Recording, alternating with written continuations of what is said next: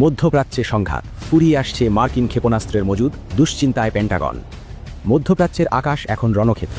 তেহরানের আকাশে বিস্ফোরণের প্রচণ্ড শব্দ আর ওয়াশিংটনের নীতিনির্ধারকদের কপালে চিন্তার ভাঁজ, সব মিলিয়ে এক অস্থির পরিস্থিতি। তবে এবারের উদ্বেগের কারণ শুধু যুদ্ধ নয়, বরং যুক্তরাষ্ট্রের সামরিক সক্ষমতার সীমাবদ্ধতা। যুদ্ধের মাত্র 4 দিনের মাথায় পেন্টাগন থেকে আসা এক সতর্কবার্তা বিশ্ব রাজনীতিতে নতুন আলোচনার জন্ম দিয়েছে। 10 দিনের সংকট ও ফুরিয়ে যাওয়া অস্ত্রভাণ্ডার।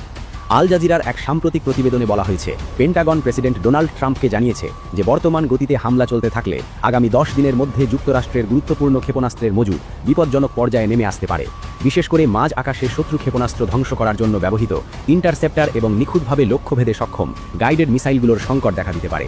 যদিও প্রেসিডেন্ট ট্রাম্প সামাজিক যোগাযোগ মাধ্যমে দাবি করেছেন যে যুক্তরাষ্ট্রের সামরিক সামর্থ্য অফুরন্ত, কিন্তু বাস্তব চিত্র ভিন্ন কথা বলছে। চাপের মুখে থার্ড ও স্মার্ট বোমা।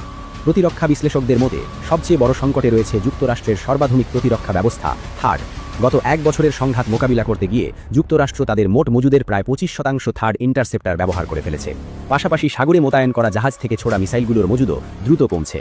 অন্যদিকে সাধারণ বোমাকে স্মার্ট বোমায় রূপান্তর করার প্রযুক্তি জে ড্যামের চাহিদাও এখন তুঙ্গে। ইরান প্রতি মাসে যেখানে প্রায় 100টি ক্ষেপণাস্ত্র তৈরি করতে পারছে, সেখানে যুক্তরাষ্ট্র ও তার মিত্ররা মাসে মাত্র 6 থেকে 7টি প্রতিরক্ষামূলক ইন্টারসেপ্টার তৈরি করতে সক্ষম।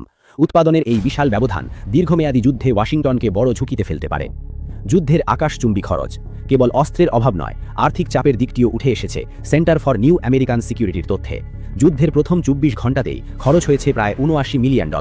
বর্তমানে 2টি বিশাল বিমানবাহী রণতরী মোতায়েন করা এবং আকাশপথে সমন্বিত অভিযান চালাতে গিয়ে প্রতিদিন কয়েকশো কোটি ডলার ব্যয় হচ্ছে। শুধুমাত্র ইউএসএস জেরাল্ড আর ফোর্ড রণতরীটি সচল রাখতেই প্রতিদিন ব্যয় হয় $6.5 মিলিয়ন বেশি। বাজেট ও ভবিষ্যৎ ঝুঁকি। পেইন ওয়াটন বাজেট মডেলের পরিচালক কেন স্মেটার্সের আশঙ্কা, মধ্যপ্রাচ্যে এই অস্থিরতা দীর্ঘস্থায়ী হলে মার্কিন কোষাগার থেকে $210 মিলিয়ন বেশি খরচ হয়ে যেতে পারে।